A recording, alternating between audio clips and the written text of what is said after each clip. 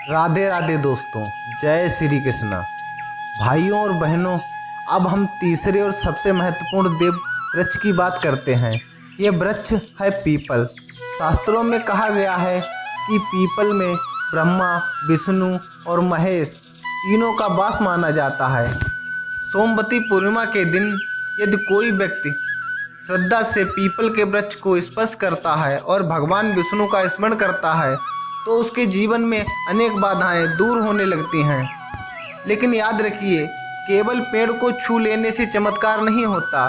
चमत्कार तब होता है जब आपके मन में सच्ची श्रद्धा, विश्वास और अच्छे कर्म करने का संकल्प हो। कहा जाता है कि जो व्यक्ति इस दिन पीपल के पेड़ के नीचे दीप जलाकर भगवान विष्णु और माता लक्ष्मी का ध्यान करता है, उसके घर में सुख, शांति और आगमन होता है। आर्थिक परेशानियां धीरे धीरे कम होने लगती हैं और परिवार में शांति बनी रहती है। सोमवती पूर्णिमा का महत्व केवल धन की प्राप्ति नहीं, सीमित दिन होती है। यह दिन मन की शुद्धि, पापों के क्षय और ईश्वर से जुड़ने का अवसर भी है।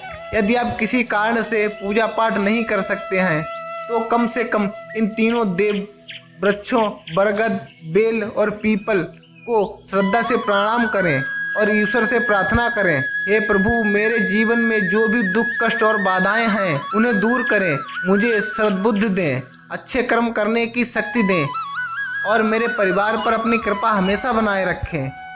ऐसी सच्चे मन से की गई प्रार्थना कभी व्यर्थ नहीं जाती है। इसके साथ ही इस दिन गरीबों को भोजन कराना, गौ सेवा करना, पक्षियों को दाना डालना और जरूरतमंदों की सहायता करना भी अत्यंत शुभ माना जाता है।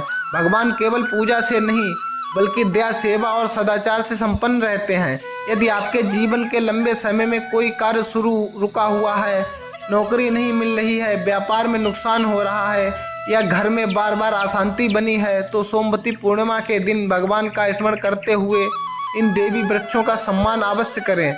याद रखिए, किसी भी धार्मिक उपाय का सबसे बड़ा आधार विश्वास, भक्ति और अच्छे कर्म है। केवल उपाय करने से नहीं बल्कि अपने व्यवहार को अच्छे कर्मों और सुधारने का जीवन सकारात्मक परिवर्तन आता है। अगर आपको यह जानकारी उपयोगी लगी हो तो अपने और अपने परिवार के साथ